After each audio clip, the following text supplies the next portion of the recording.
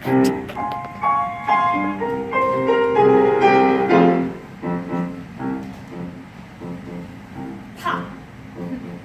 6. Squish. Cicero. Lipshits. Pop. 6. Squish. Cicero. Lipshits. Pop. 6. Squish. Cicero. Lipshits. Pop. 6. Squish. Cicero. He had it coming. He had it coming. He only had himself to blame. If you'd have been there, if you'd have seen it, I bet you would have done the same. Pop, 6, squish. Cicero. Lipshits. You know how people have these little habits that get you down? Like Bernie. Bernie liked to chew gum. No, not chew. Pop.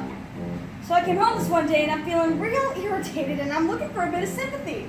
And there's Bernie laying on the couch drinking a beer and chewing. No, not chewing. Popping. So I said to him, I said, Bernie, you pop that gum one more time. And he did. So I took a shotgun off the wall and I fired 2 warning shots into his head. 1, 2. He had it coming. He had it coming. He only had himself to blame. If you'd have been there, if you'd have heard it, I bet you would have done the same. I met Ezekiel Young from Salt Lake City about 2 years ago, and he told me he was single, so we hit it off right away.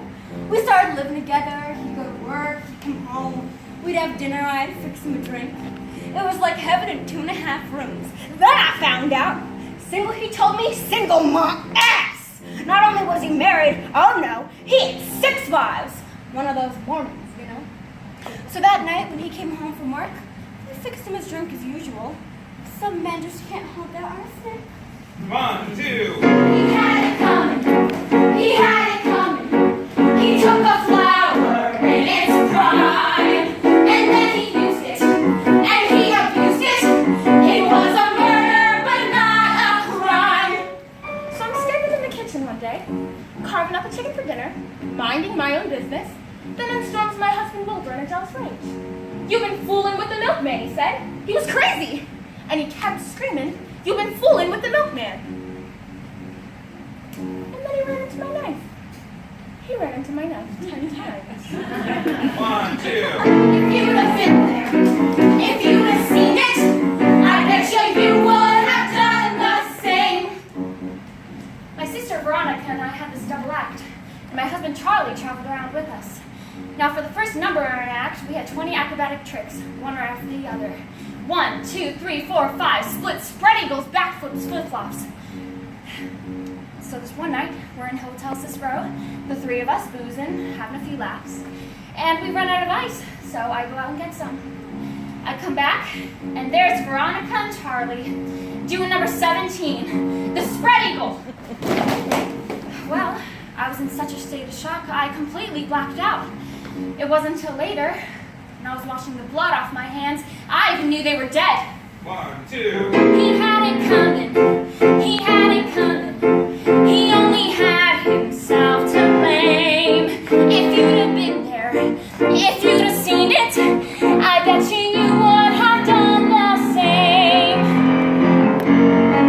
He had it coming. He had it coming. He had it coming. He had it coming. He only had. He took a flower to blame. If you'd have been, and then they used it. If you'd have seen it, they abused it. It was a murder, but not a crime.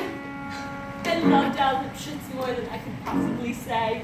He was a real artistic guy, sensitive, a painter, but he was always looking for himself. He'd go out every night trying to find himself, and along the way, he found Ruth, Rosemary, Gladys, and Irving.